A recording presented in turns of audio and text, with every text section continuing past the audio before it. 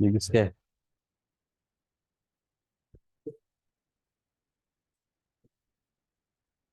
काला जादू तो नहीं किया किसी ने?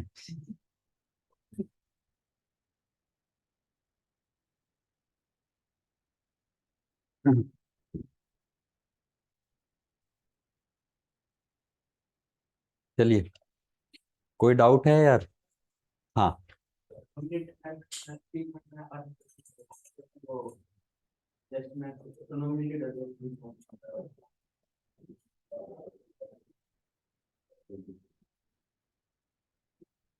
चलो यार, बस बस बस बस आवाज मत करो। नॉमिनेटेड मेंबर्स प्रेसिडेंट के इलेक्शन में पार्टिसिपेट नहीं करते, इम्पीचमेंट में क्यों करते हैं?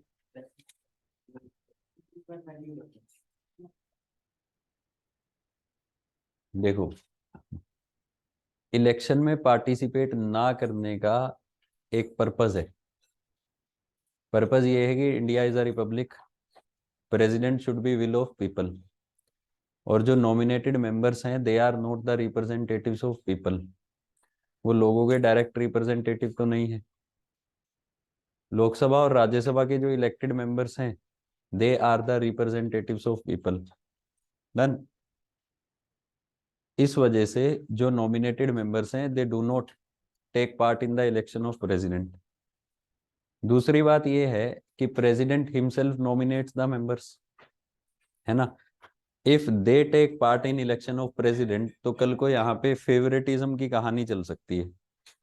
मैंने तुम्हें नॉमिनेट किया और फिर मैं फिर से इलेक्शन लड़ रहा हूँ, और बेसिकली यहाँ पे you can be biased in my favour. दो रीजंस है कि नॉमिनेटेड मेंबर्स जो हैं वो पार्टिसिपेट क्यों नहीं करते प्रेसिडेंशियल इलेक्शंस में। लेकिन जब मैं इम्पीचमेंट की बात करता हूँ भाई, तो अब प्रेसिडेंट वो जो है वो बन चुके हैं, ठीक है। और इम्पीचमेंट मतलब उनको उनकी पोस्ट से हटाना, ठीक है। तो यहाँ पे तो रिपब्लिकनिज्म का कोई भी फंडा नहीं है। ना ही यहाँ पे फेवरेटिज्म बीच में आ रहा। ठीक है, इस वजह से पार्लियामेंट के सभी मेंबर्स जो हैं they are allowed to take part in the motion of impeachment of president. ठीक है ना, जब बनाना है तो आपको वो रिपब्लिक टर्म को ध्यान में रखना, जब हटाना है तो वहां पे तो कोई दिक्कत ही नहीं। और हम्म हम्म हम्म एक को मतलब हटा दिया जाए, अमेंड वगैरह नहीं कर दिया तो उसका मार्जिन बड़ा कम है। उसका क्लोज में जो फेवर में थे और जो अनफेवर में थे उसका मार्जिन बड़ा कम था, तो वो हट गया एक क्लोज। तो फिर एक ही क्लोज का राज्यसभा में अमेंड हो गई। तो जैसे सर वो राज्यसभा की मोस्टली मेंबर जो उसको फेवर कर रहे थे जो एक क्लोज था, तो सर उस केस में भी फिर वो ज्वाइंट मीटिंग होगी, वो जो एक क्लोज था उसको रीजन कर देंगे। क्या पूछ रहे हो यार? जो अमेंड बिल था उसमें जो फर्स्ट सेक्शन था। सुनो मेरी बात, एक बिल था, ये एक बिल था, ये बोल रहे हो तुम, इसमें दो ही क्लोज थे, ये कैसे पॉसिबल हो सकता है? चल मान लिया दो थे, ठीक है, ठीक है, हाँ। अब सर एक को जो हटा दिया गया, इसको हटा दिया गया लोकसभा में, सर मार्जिन कम था इसमें। मार्जिन जो भी था पास हो गया ना, बस पास हो गया, डन, हट गया। फिर तो जैसे सर एक ही गया मतलब राज्यसभा में। राज्यसभा में बिल गया, एक क्लोज है। अब सर जैसे ऐसे सपोज करो मार्जिन वहां पे कम था, जो फेवर में थे और जो अनफेवर में थे, जो हटा। मार्जिन की बात नहीं है यार, तुम एक बात समझो, it's all about majority. Majority मिलती है तो वो चीज पास है, मेजोरिटी नहीं मिलती तो वो चीज पास नहीं है, मार्जिन चाहे एक का हो। बात समझ आई ना? जब इन क्लोजेस पे वोटिंग होगी, मान ले दो क्लोज थे, एक क्लोज को हटाने के लिए अमेंडमेंट ले आए, तुम ही ले आए, तो इस अमेंडमेंट पे वोटिंग कराई जाएगी ना, पूछा जाएगा कि भाई कितने लोग इसके फेवर में है, कितने लोग इसके अगेंस्ट हैं। अगर फेवर में ज्यादा लोग हैं, मार्जिन को छोड़ दो तुम, ठीक है, अगर एक भी ज्यादा है फेवर में तो इसको अमेंडमेंट को मान लिया जाएगा, इस क्लोज को हटा दिया जाएगा, डन। दूसरे हाउस में फिर एक ही क्लोज गया, अब बता यहाँ पे क्या हुआ। हम्म अगर ज्वाइंट की सीटिंग होती है, ज्वाइंट सिटिंग क्यों होगी? मतलब सर जैसे जो फेवर में राज्यसभा में जो क्लोज हटाया गया। अच्छा, उसके फेवर में है राज्यसभा के मेंबर, राज्यसभा के मेंबर फिर से इसको अमेंड कर दें और इस क्लोज को ऐड कर दें, किसने रोके? राज्यसभा अमेंड कर सकती है ना, पास कर सकती है विद अमेंडमेंट्स। अब राज्यसभा के लोग चाहते हैं कि ये क्लोज इसमें आना चाहिए, राज्यसभा के लोग इसको फिर से ऐड कर देंगे, डन, अमेंड करके। राज्यसभा ने इसको पास कर दिया, अब पास तो हो गया बट अमेंडमेंट के साथ वापस जाएगा लोकसभा में।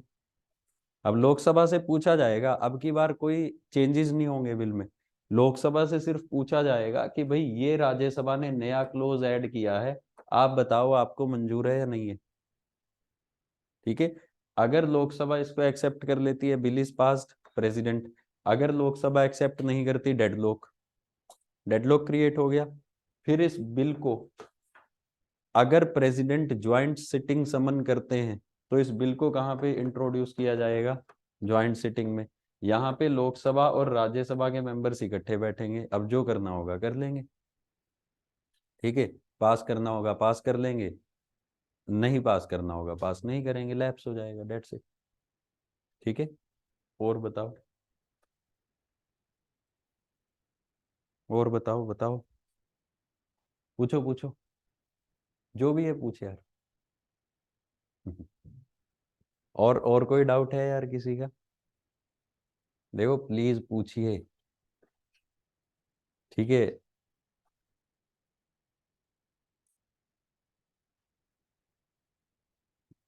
मुझे एक दिक्कत है, बेफजूल बातों की स्ट्रेस लेने की, ओवर थिंक करता हूँ कई बार ना मैं।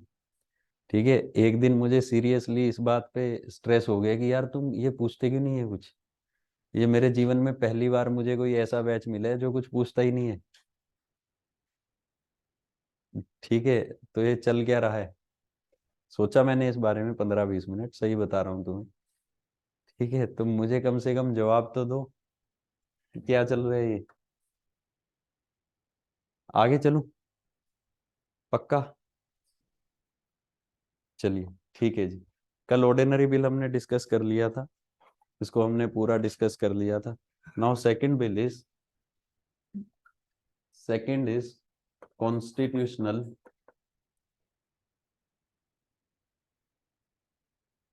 Amendment bill, constitutional amendment bill.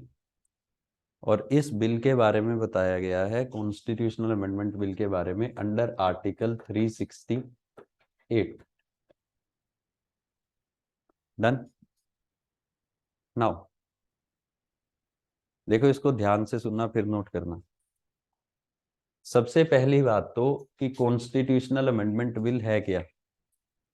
Constitutional amendment bill कोई ऐसा एक्ट बनाना चाहता है, कोई ऐसा लॉ बनाना चाहता है जो कॉन्स्टिट्यूशन में चेंजेस करेगा, जो हमारे कॉन्स्टिट्यूशन में चेंजेस करेगा। डन। चेंजेस का मतलब समथिंग कैन बी एडिड, कोई नई चीज ऐड हो सकती है, किसी चीज को रिपील किया जा सकता है, या किसी चीज को मॉडिफाई किया जा सकता है।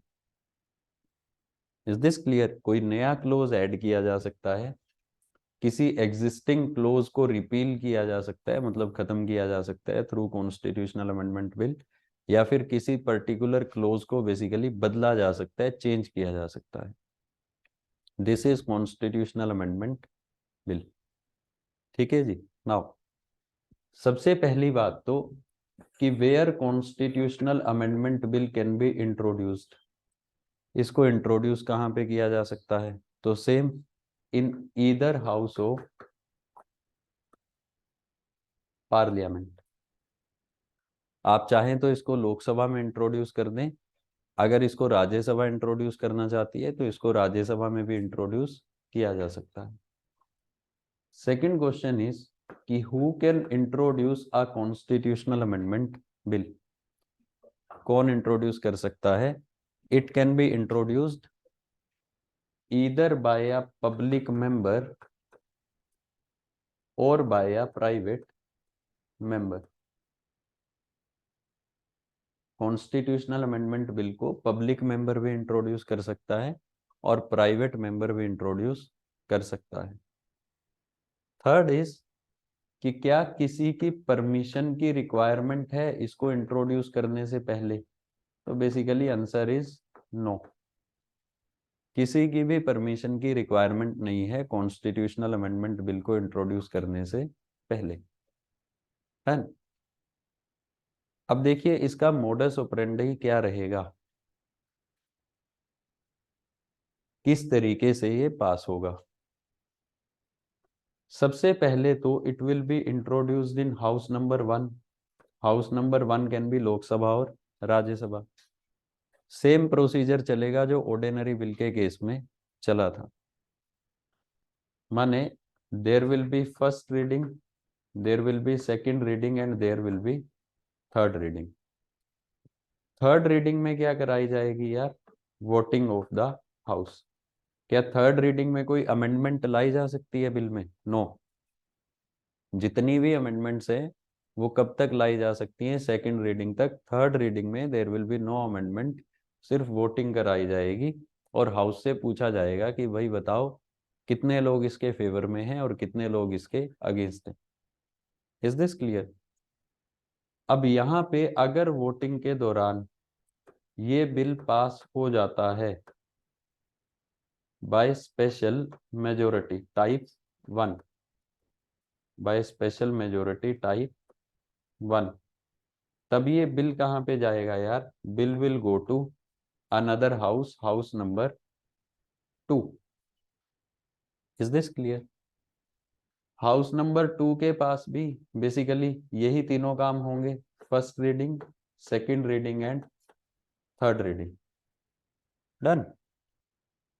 अब जब सेकंड हाउस में जाएगा, पहले हाउस में पास होने के बाद, तो सेकंड हाउस के पास क्या ऑप्शंस हैं यार? या तो सेकंड हाउस इसको पास कर देगा, या फिर इसको रिजेक्ट कर देगा, या फिर इस पे कोई भी एक्शन नहीं लेगा। डन। या फिर इसको बेसिकली सेकंड हाउस पास तो कर देगा बट इसमें कुछ चेंजेस भी कर देगा विथ सम अमेंडमेंट्स। डन। अगर सेकंड हाउस ने इसको पास कर दिया तो बिल कहां पे गया? प्रेसिडेंट के पास।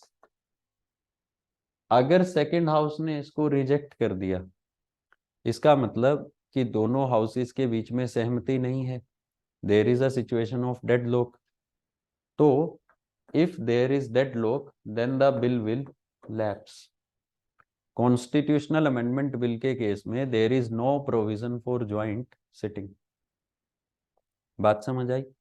सिमिलरली अगर हाउस ने कोई भी एक्शन नहीं लिया for a time period of 6 months then also the bill will lapse. अगर हाउस ने पास कर दिया विथ सम चेंजेस तो ये बिल वापस जाएगा हाउस नंबर 1 के पास। अगर हाउस नंबर 1 ने एक्सेप्ट कर लिए changes then bill will go to president. लेकिन अगर हाउस नंबर 1 ने इन अमेंडमेंट्स को रिजेक्ट कर दिया then also bill will lapse. इस केस में भी बिल विल लैप्स, ये बिल बेसिकली खत्म हो जाएगा, लैप्स कर जाएगा। Is this clear? अब basically there are total 5 situations. 5 situations में से 2 सिचुएशंस में बिल पास हो रहे और 3 सिचुएशन में जो बिल है वो लैप्स हो रहे। अगर पार्लियामेंट के दोनों हाउसेस ने कॉन्स्टिट्यूशनल अमेंडमेंट बिल को पास कर दिया और पास होने के बाद ये प्रेसिडेंट ऑफ इंडिया के पास गया, तो प्रेसिडेंट के पास क्या ऑप्शन है? That president must give his assent to constitutional amendment bill and president cannot use any of his veto power। Constitutional amendment bill के केस में प्रेसिडेंट बेसिकली अपनी किसी भी वीटो पावर का यूज नहीं कर सकते हैं। Is this clear? यहां तक बात समझ आई? नाउ देखिए, ये जो हमने अमेंडमेंट पढ़ी है, ये जो हमने बिल पढ़ा है, कॉन्स्टिट्यूशनल अमेंडमेंट बिल पढ़ा है, this is one of the way of amending the constitution.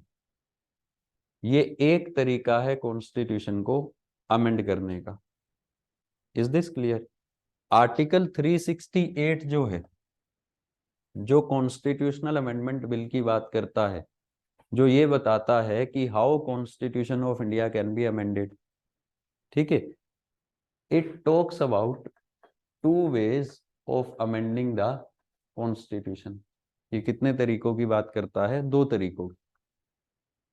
Article 368 which is given under part 20, part 20 is amendment to the constitution। Amendment to the constitution हमने कहां से इंस्पायर होके रखा? From South Africa. ठीक है, ये जो अमेंडमेंट करने का प्रोसीजर है ना, ये हमने कहां से लिया है? साउथ अफ्रीका से, from constitution of south Africa. Done.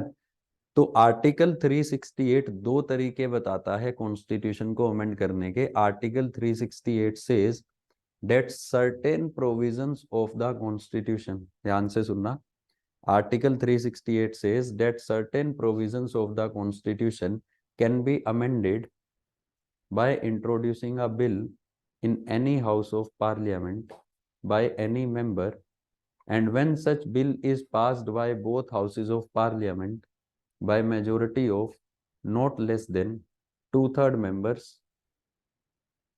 ठीक है, present and voting and 50% voting in favour, माने special majority type 1, then that bill will go to president and president is bound to give his assent. एक तरीका तो ये है। कुछ provisions तो इस तरीके से अमेंड हो सकती हैं जो तरीका हमने यहाँ पे डिस्कस किया है, but there are some provisions जिनको अमेंड करने के लिए आपको इसके अलावा कुछ एक्स्ट्रा काम भी करना पड़ेगा। वो एक्स्ट्रा काम क्या है कि कुछ कॉन्स्टिट्यूशनल अमेंडमेंट बिल ऐसे होते हैं जो बेसिकली इंट्रोड्यूस तो हो सकते हैं किसी भी हाउस में, इंट्रोड्यूस भी कर सकता है कोई भी मेंबर, परमिशन भी नहीं चाहिए, उसके बाद एक हाउस में पास होने के बाद दूसरे हाउस में जाएगा, इज दिस क्लियर? बट जब दूसरा हाउस इसको पास कर देगा तो ये बिल कहाँ पे जाएगा? ये सभी स्टेट लेजिस्लेचर्स के पास जाएगा। मैं दूसरे तरीके की बात कर रहा हूं, ठीक है? तो ये bill basically after it is passed by both the houses of parliament the bill will not go to president. पहले तरीके में तो प्रेसिडेंट के पास जा रहा है, दूसरे तरीके में ये बिल कहां पे जाएगा? It will go to all the state legislatures,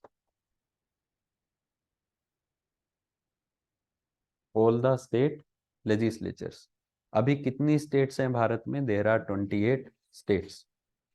is this clear? और जब ये सभी स्टेट लेजिस्लेचर्स के पास जाएगा, ठीक है, और ये टोटल जो स्टेट लेजिस्लेचर्स हैं, जब इनमें से half of the states, at least half of the states भी इसको पास कर देंगी, मतलब इसको रेटिफाई कर देंगी विद स्पेशल मेजोरिटी, तभी ये कहां पे जाएगा?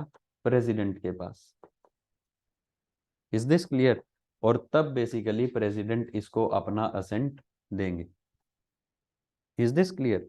माने some provisions of the constitution under article 368 can be amended only by parliament. Is this clear? some procedures, some provisions of the constitution can be amended by parliament, but by also involving the state legislatures. Done. दूसरा तरीका कहां पे use होता है यार?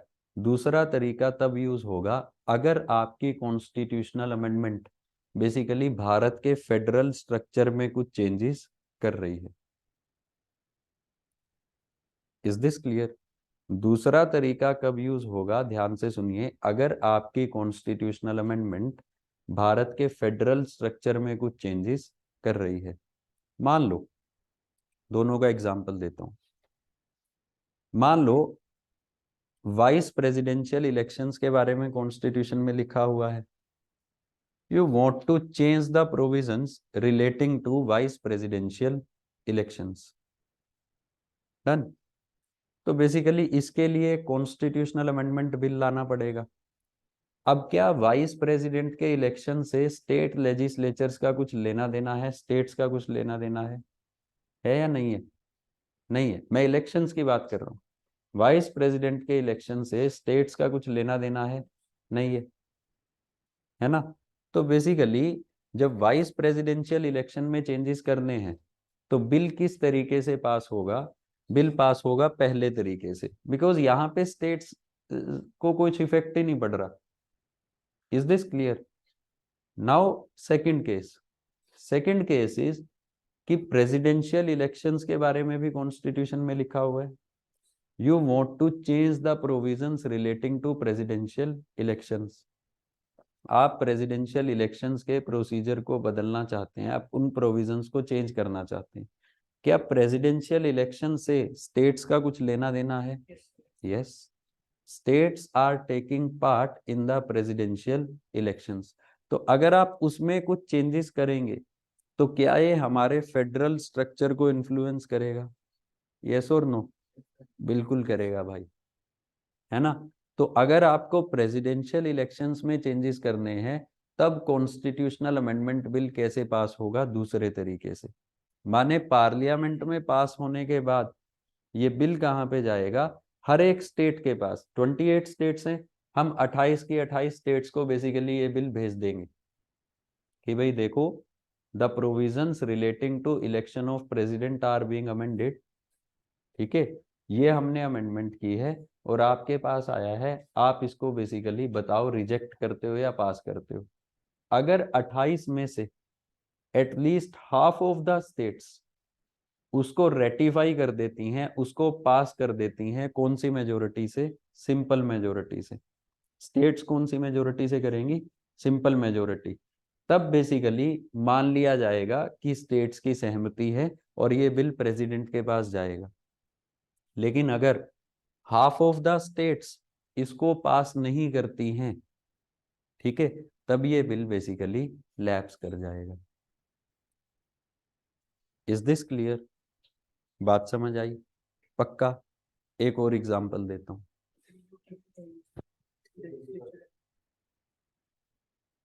भाई in constitution it is written states. UT is not a state. Union territory is a union territory but with legislature. ठीक है, यूटी बेसिकली स्टेट नहीं है, वो एक यूनियन टेरिटरी है with legislature. It's all about basically interpreting. ठीक है, तो यहाँ पे इंटरप्रेट किया है कि बस स्टेट्स ही पार्टिसिपेट करेंगे. एग्जैक्टली करती हैं, but constitution was amended for that particular purpose.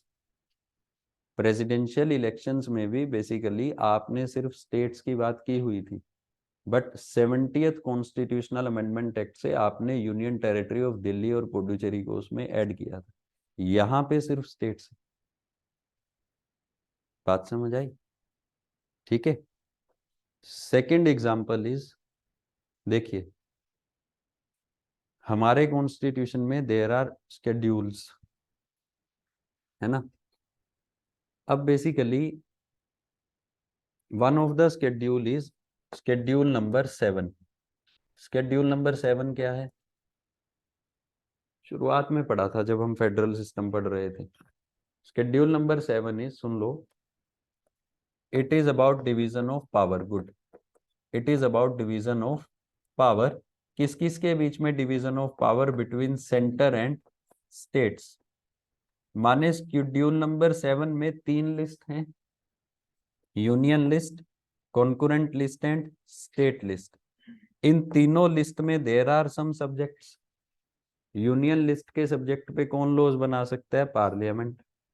State list के सब्जेक्ट पे स्टेट लेजिस्लेचर, और कॉन्करेंट लिस्ट के सब्जेक्ट पे दोनों. याद आया? रेजिड्यूरी पावर्स क्या होती है? जो किसी भी लिस्ट में नहीं है. रेजिड्यूरी पावर्स किसके पास हैं? पार्लियामेंट के पास. Residuary powers are with parliament.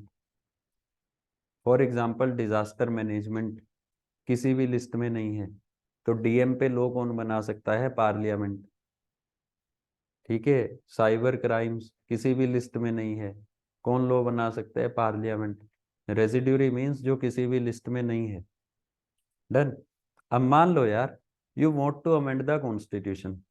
अभी यूनियन लिस्ट में there are 100 subjects, state list में 61 है, और कॉन्करेंट लिस्ट में 52 है. ठीक है, ये 66 भी हो सकता है भाई.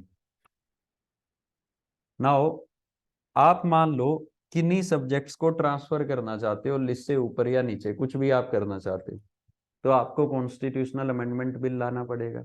ये कॉन्स्टिट्यूशनल अमेंडमेंट बिल कौन से तरीके से पास होगा? पहले तरीके से या दूसरे तरीके से? पहले से या सेकंड से? सेकंड से. ऑब्वियसली. व्हाई? बिकॉज ये जो कॉन्स्टिट्यूशनल अमेंडमेंट है, ये आपके फेडरल स्ट्रक्चर को बेसिकली चेंज कर रही है. It is changing the division of power between centre and states. Federal structure क्या होता है? फेडरल स्ट्रक्चर मींस कि there is division of power between centre and states. Done. तो ये जो अमेंडमेंट है, जब आप मान लो यार you are basically transferring some subjects from concurrent list to state list, या स्टेट से ऊपर नीचे, तो डिवीजन ऑफ पावर में चेंजेस कर रहे हो ना. माने आप फेडरल स्ट्रक्चर में चेंजेस कर रहे हो. तो ये कॉन्स्टिट्यूशनल अमेंडमेंट बिल कैसे पास होगा? दूसरे तरीके से.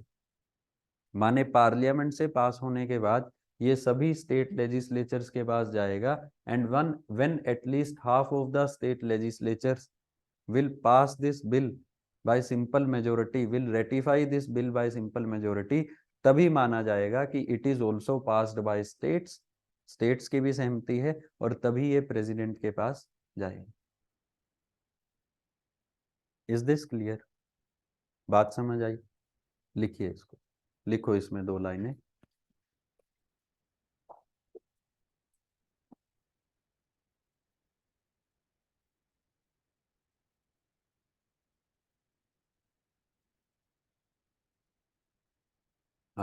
as per article 368, as per article 368,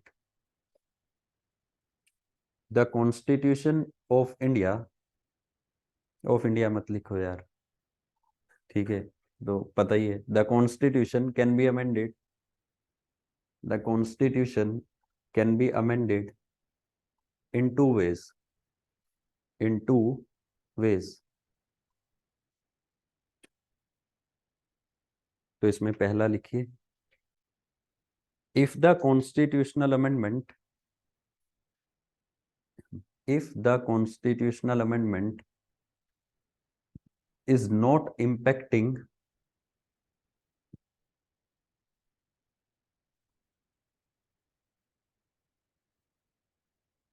if the constitutional amendment is not impacting the federal structure of country, the federal structure bracket में डिवीजन ऑफ पावर भी लिख लेना यार, between centre and states, the federal structure bracket में लिख लो division of power between centre and states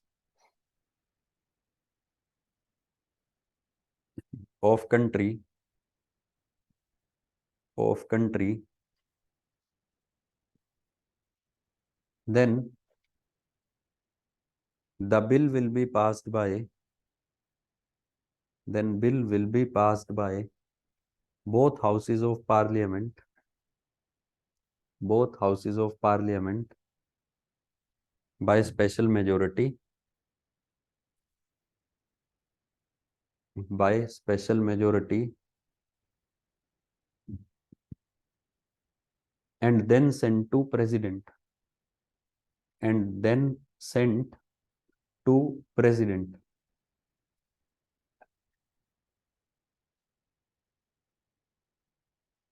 Done. Next point लिखिए, if the constitutional amendment is impacting the federal structure,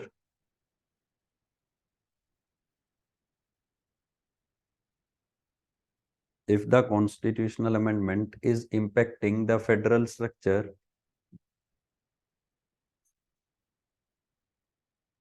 then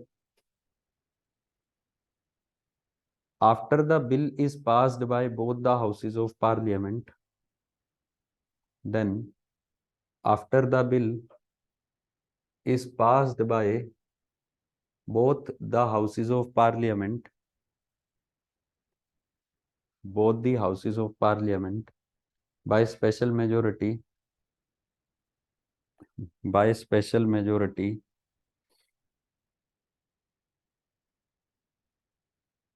comma, then को काटो, comma, it is then transferred, then को काट के लिख दो, it is then transferred to state legislatures, to state legislatures for their approval.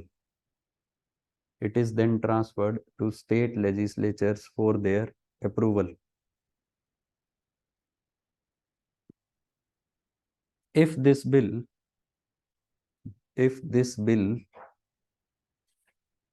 is ratified by, is ratified, देखो यहाँ पे पास्ड क्यों नहीं लिखा, रेटिफाइड क्यों लिखा, because state legislatures can not make any changes.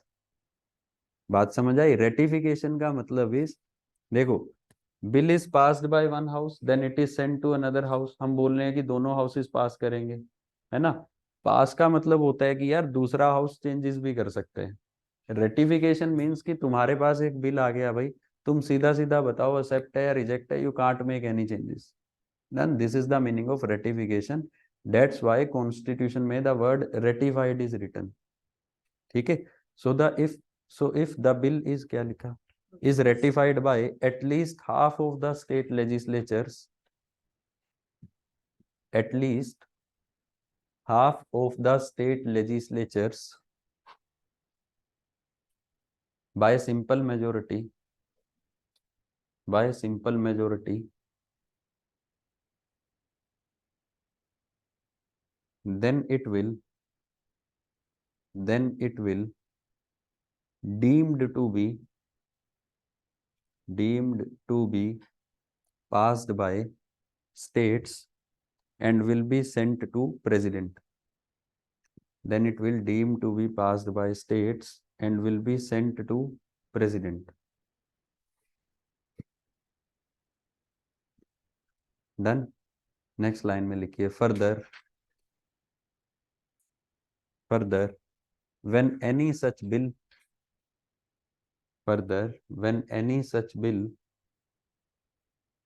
is presented to president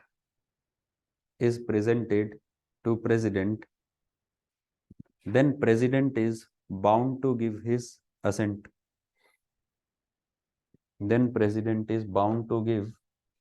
his assent.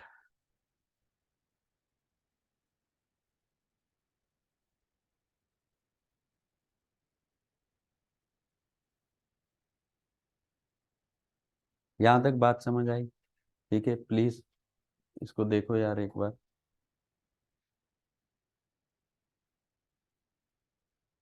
MEA की website पे हो सकता है, ये देख लेते हैं। Part 20 sorry amendment to the constitution. अब देखिए प्लीज इधर देखो यार एक बार। ये इधर नहीं होगा, ये हो जाएगा यार, ये इधर आता है तुम्हें करना? चलो इधर देख लो भाई, ऑनलाइन वाले आई होप दिख रहा होगा। Part 20 amendment to the constitution. इसको ये इसको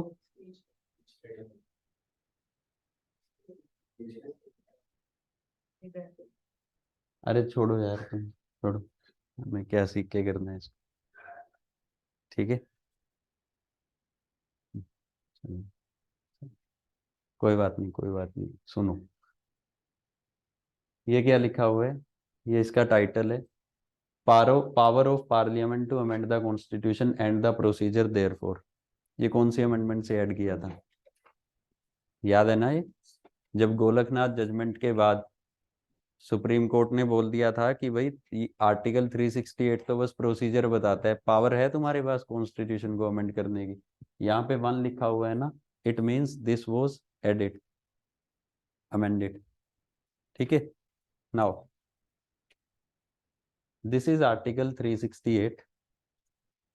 इसकी भाषा को पढ़िए। Not withstanding anything in this constitution, Parliament may, in exercise of its constituent powers, amend by way of addition, variation, or repeal any provision of this Constitution in accordance with procedure laid down in this article। माने Parliament कर सकता है। An amendment to this Constitution may be initiated only by introduction of a bill for the purpose in either House of Parliament, and when the bill is passed in each House of Parliament by majority of total membership of the House and by majority of not less than 2/3 members present and voting, by special majority type 1, it shall be presented to President, who shall give his assent to the bill, and thereupon this is also added by amendment कि it will be presented to Parliament, जिसको अपना President जिसको अपना assent देना ही देना पड़ेगा। The Constitution shall stand amended in accordance with term of bill।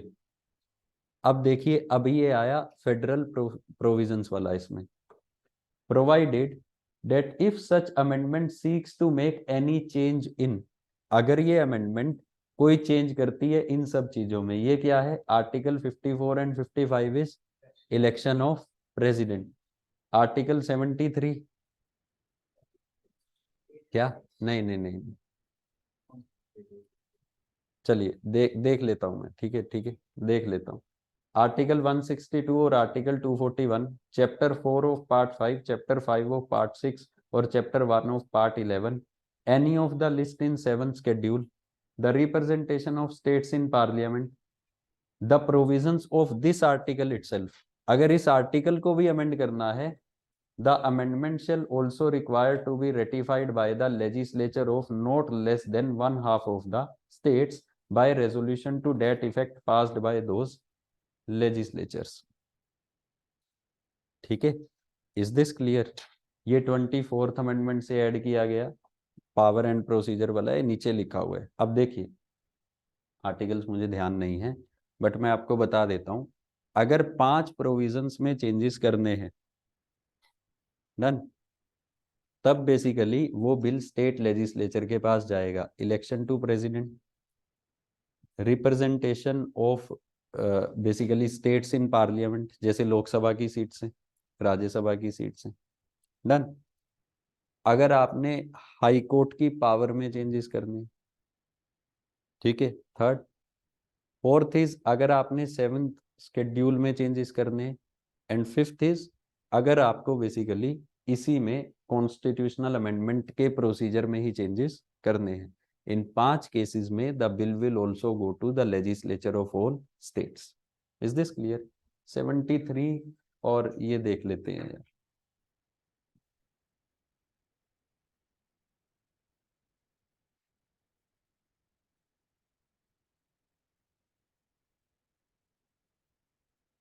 अच्छा, executive power of union देखिए क्या है यार। It provides that the executive power of union shall extend to matters with respect to which parliament has power to make laws.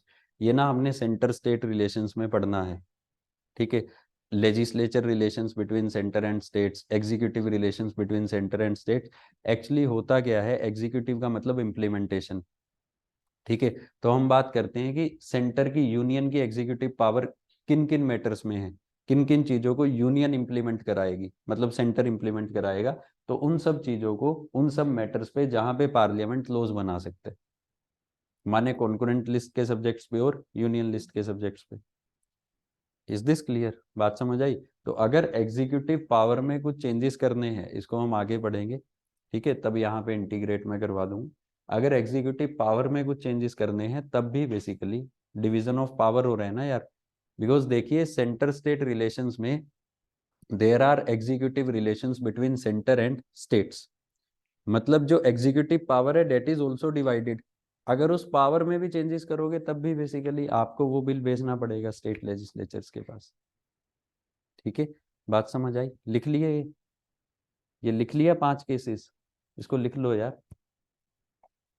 cases in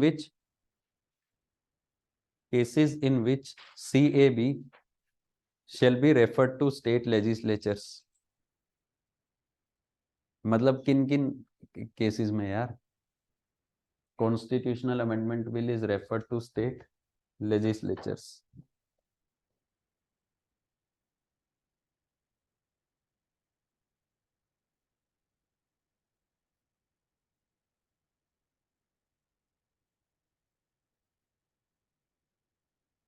last to last year constitutional amendment bill पे basically सवाल भी आ चुका है UPSC में, ठीक है।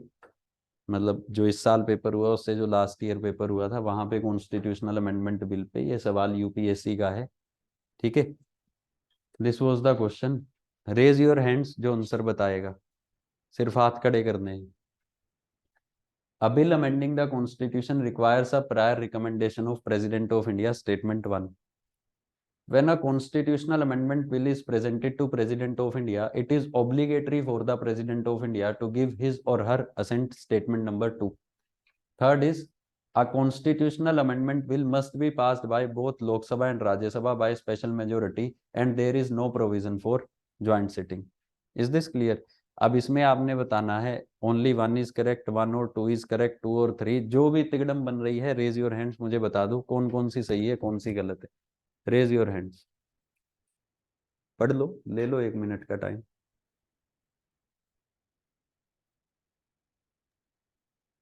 Second and third is correct. Exactly, ठीक है। Second and third is correct, first is incorrect. बात समझ आई? ठीक है, ऐसे ही सवाल यही सब आता है, ठीक है। Is this clear? चलिए, ये बेसिकली ऑप्शन है, ठीक है। तो B was the correct answer, 2 and 3 are correct, ठीक है। लेकिन ध्यान से पढ़ना है, ऊपर लिखा हो सकता है, यहाँ पे लिखा हो सकता है which of the following statements are incorrect, ठीक है। और यहाँ पे भाई सबसे ज्यादा दुख, सच बता रहा हूं मैं आपको, ठीक है। और ये पता कब पता लगता है आपको? पूरे एग्जाम में नहीं पता लगता। जब आप दे के आते हो ना, अपने दोस्त को बोलते हो अरे यार वो इसका क्या लगाया, उसका मैंने वन ओनली लगाया, अरे टू और थ्री था। अरे फिर वो कहेगा कि पूरा तो पढ़ लेता, साथ में हेल्पिंग वर्ब भी यूज करेगा, लड़का हुआ तो। ठीक है, फिर मतलब फिर जो दिल टूटता है ना भाई, ठीक है, वैसा दिल कभी नहीं टूटता, कोई नहीं तोड़ सकता तुम्हारा। ठीक है, हाँ, दिस इज रियलिटी, सच्चाई है ये, सच्चाई है ये। ये तब होता है जब आप पेपर को लेके ओवर एक्साइटेड हो जाते हो। दो सिचुएशंस होती हैं पेपर में, कभी भी स्मूथली नहीं जाता पेपर। वो जो 2 घंटे है ना, उसमें आपके माइंड का टेस्ट ले रहे हैं वो, आपके दिमाग का, कि कितने स्टेबल हो, कितने काम रहते हो तुम, पैनिक नहीं होते। दो सिचुएशंस होती हैं, या तो ये होता है पेपर आता नहीं होता, उसमें ना बंदा सोचना शुरू कर देता है, यार पापा ने मुझे परसों बोला था बस तू बन जाएगा तो ये कर लेंगे वो कर लेंगे, ठीक है, अब क्या होगा, ये मतलब you start crying in your mind. एक सिचुएशन ये होती है, और आपको जो आता है ना उसको भी खराब कर लेते हो तुम। दूसरी सिचुएशन ये होती है कि आपको लगता है अरे ये,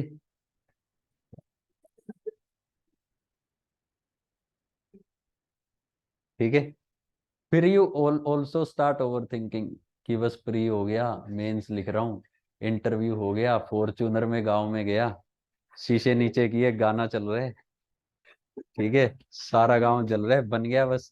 एस इट इट हैपन्स, अरे तुम देख लेना, तुम पेपर देना, it will happen with you. दोनों ही सिचुएशंस ऐसी हैं जहां पे तुम अपने आप को बर्बाद कर रहे हो। ठीक है, stay calm, behave like an officer. ठीक है, अगर पेपर मुश्किल है तो एटीट्यूड ऐसा रहना चाहिए कि मुश्किल पेपर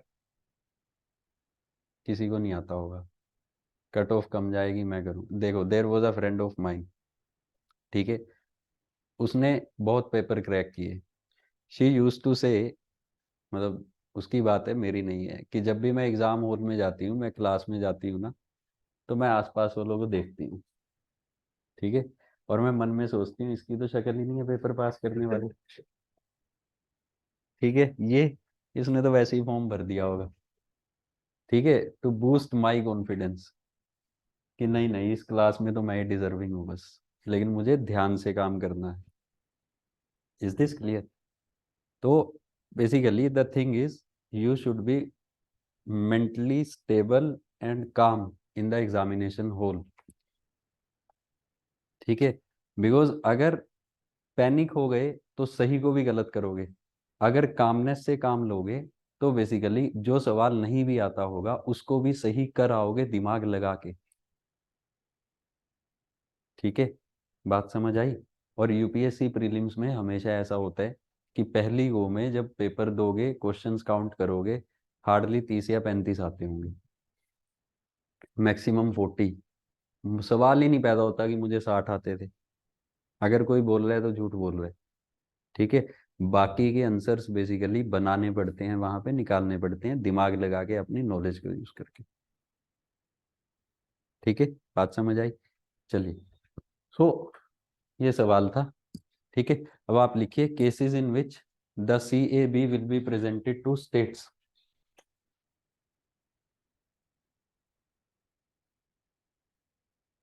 पहला लिखिए, election of president, election of president. Second is seventh schedule, distribution of power between center and states। Seventh schedule, distribution of power between center and states। तीसरा लिखिए, representation of states in parliament, representation of states in parliament. Next लिखिए, provisions related to high court.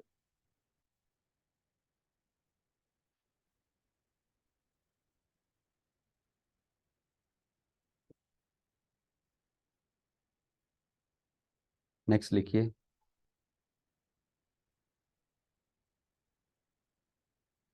Executive power of union, executive power of union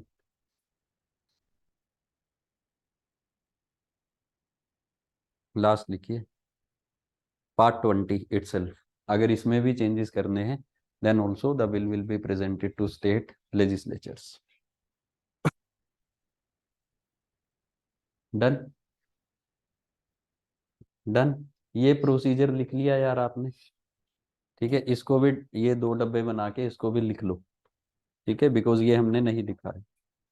note it down.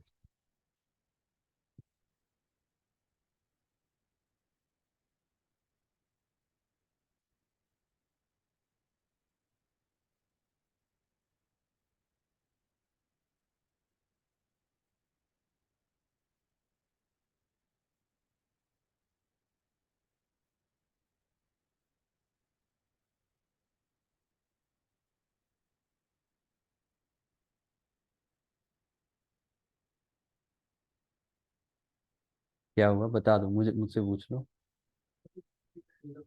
अच्छा, constitutional amendment bill. Changes in constitution, you can add something, you can repeal something, or you can modify something. It can be amended by 2 ways. ठीक है, यहाँ पे यही लिखा है हमने, schedule 7 वगैरह ये आपने लिख लिया है, इसको बेसिकली आप छोड़ दो. ठीक है, फिर यही है बस. House 1 first reading, second reading, third reading, voting, special majority pass. House 2 तीनों रीडिंग्स, 4 ऑप्शंस. ठीक है, 3 केसेस में लैप्स, 2 केसेस में बेसिकली प्रेसिडेंट के पास गया तो he must give his assent.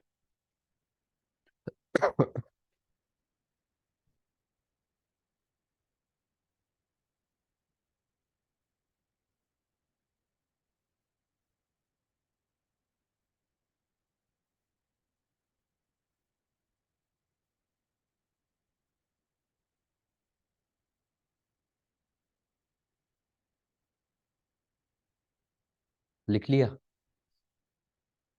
लिख लिया पक्का.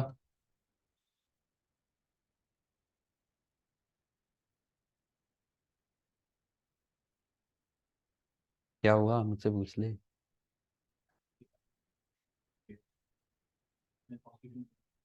रुक जा ये मैंने बताना है. ठीक है, 1 मिनट रुको बस.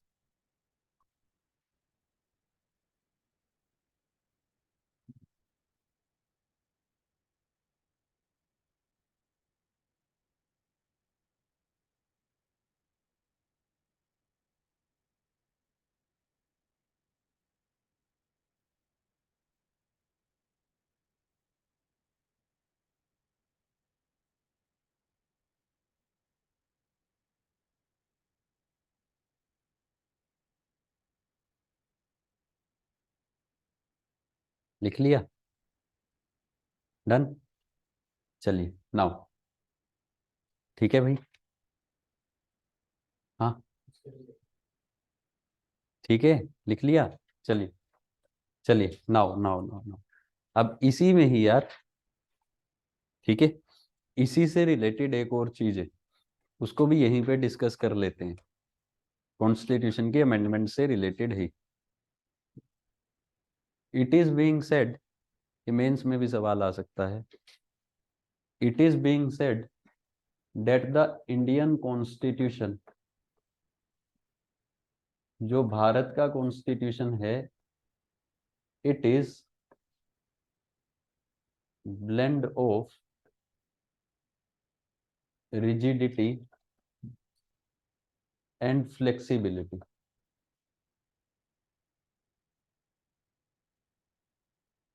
डन.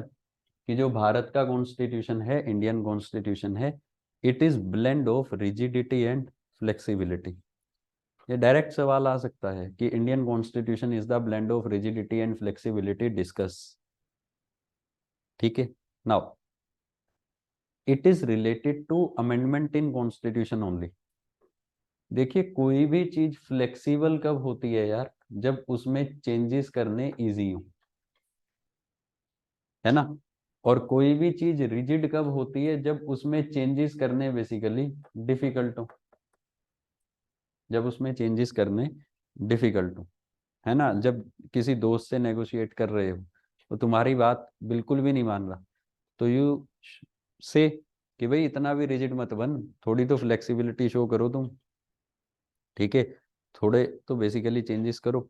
तो भारत का जो कॉन्स्टिट्यूशन है यार, it is the blend of rigidity and flexibility, which means कि there are some provisions in constitution of India which can be amended or which can be changed through an easy process. Done. But at the same time, there are some provisions in Constitution of India which can be amended or which can be changed through a relatively difficult process. बात समझ आई?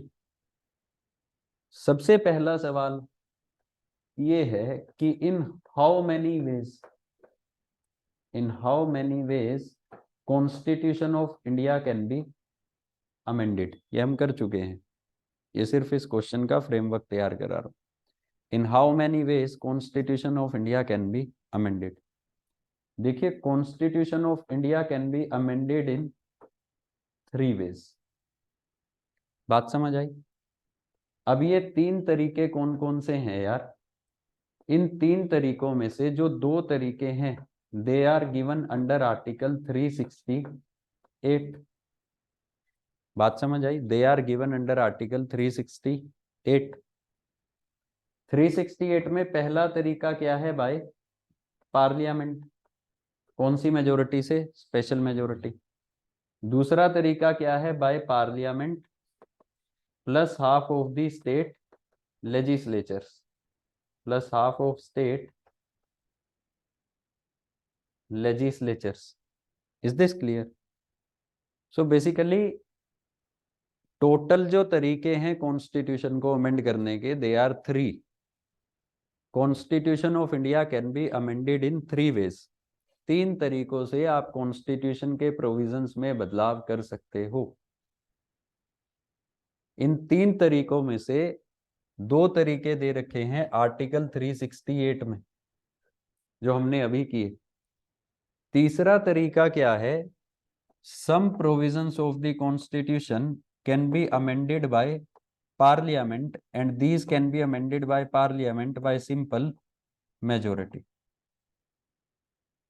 दे can be amended by parliament by simple majority. Done. अब सबसे बड़ा सवाल उठता है कि हु विल डिसाइड कि किस तरीके से क्या काम होगा। सबसे पहले आते हैं इस तरीके पे कि कौन से प्रोविजन सिंपल मेजोरिटी से अमेंड हो सकते हैं। देखिए, जो प्रोविजन हमारे कॉन्स्टिट्यूशन का सिंपल मेजोरिटी से अमेंड हो सकता है, वो उस प्रोविजन में ही लिखा हुआ है।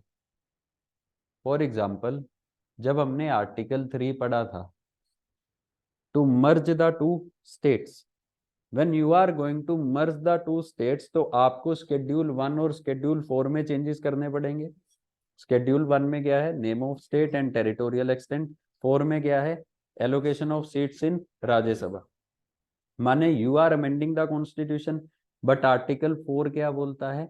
आर्टिकल 4 बोलता है कि any such changes can be made by parliament by simple majority and this amendment shall not come under the definition of article 368. ऐसे ही there are many articles in Indian Constitution जहां पे लिखा हुआ है कि ये काम आप सिंपल मेजोरिटी से कर सकते हो, और इस अमेंडमेंट को 368 के अंडर अमेंडमेंट नहीं माना जाएगा। For example article 3, 4, 169। ठीक है, बात समझ आई?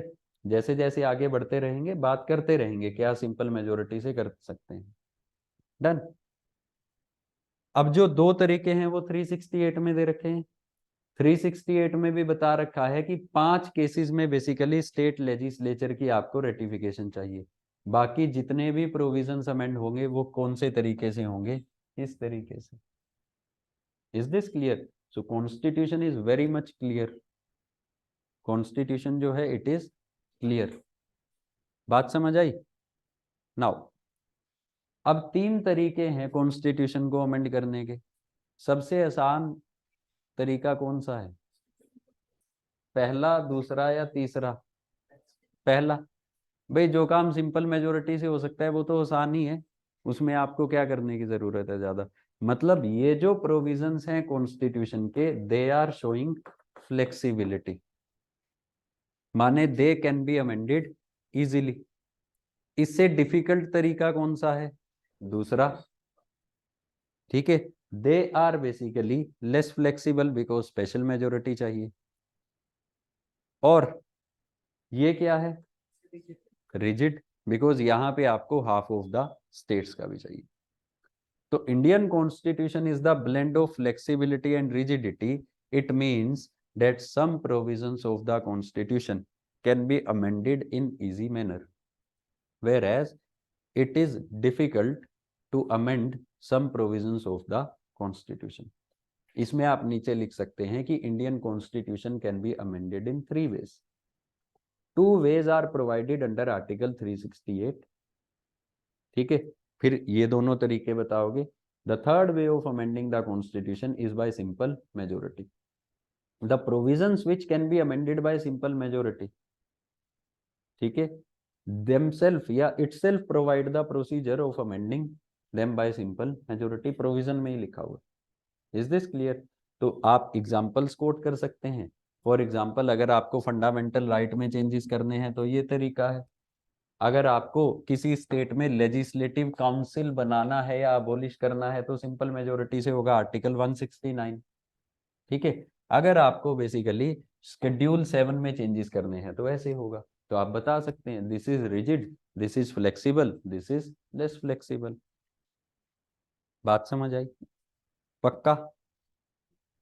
नोट कर लो, मैं डिक्टेट नहीं करवा रहा, इसको खुद से अटेम्प्ट करके देख लेना, ठीक है। But I can say is, इसको आप खुद से अटेम्प्ट करके देख लेना। Indian constitution is the blend of flexibility and rigidity, discuss, ठीक है।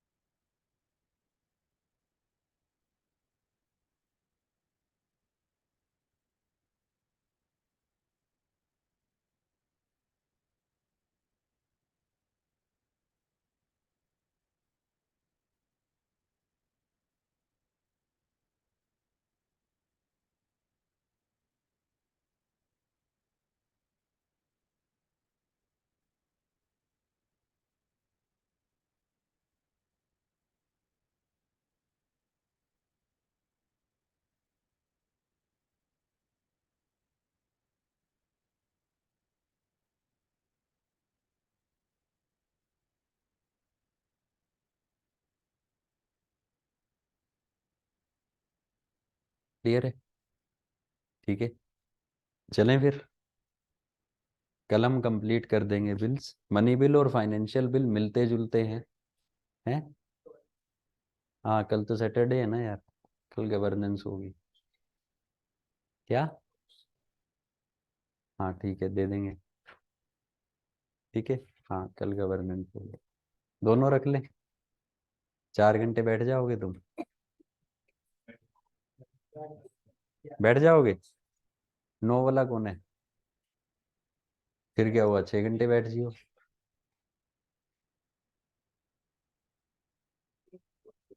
हम्म।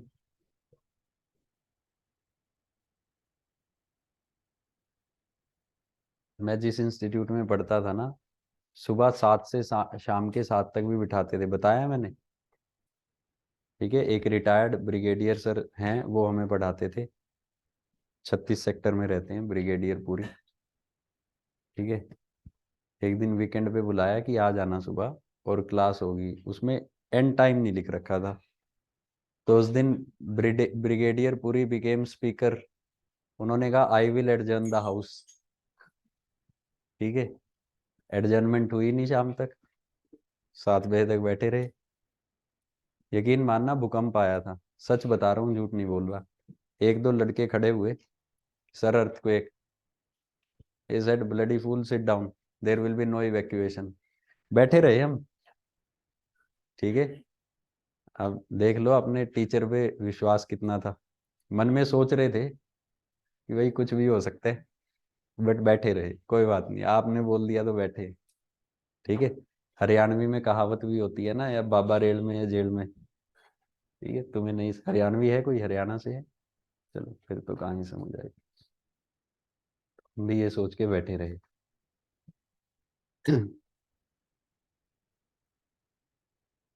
ब्रेक मिलता था 15 मिनट का। ठीक है, कि जाओ कुछ खाना है तो ले आओ।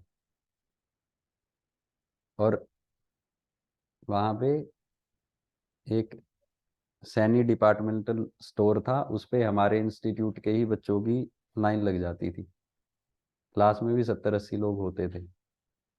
ठीक है, और उस बंदे को पता होता था कि ये कुछ नहीं है, they are dogs, they will eat biscuits. ठीक है, और वो बिस्किट निकाल के रख लेता था, और सभी अपना अपना पैकेट बाहर ही खोल लेते थे ताकि अंदर डिस्टरबेंस ना हो, और वही बिस्किट पे बेसिकली चलते रहते थे।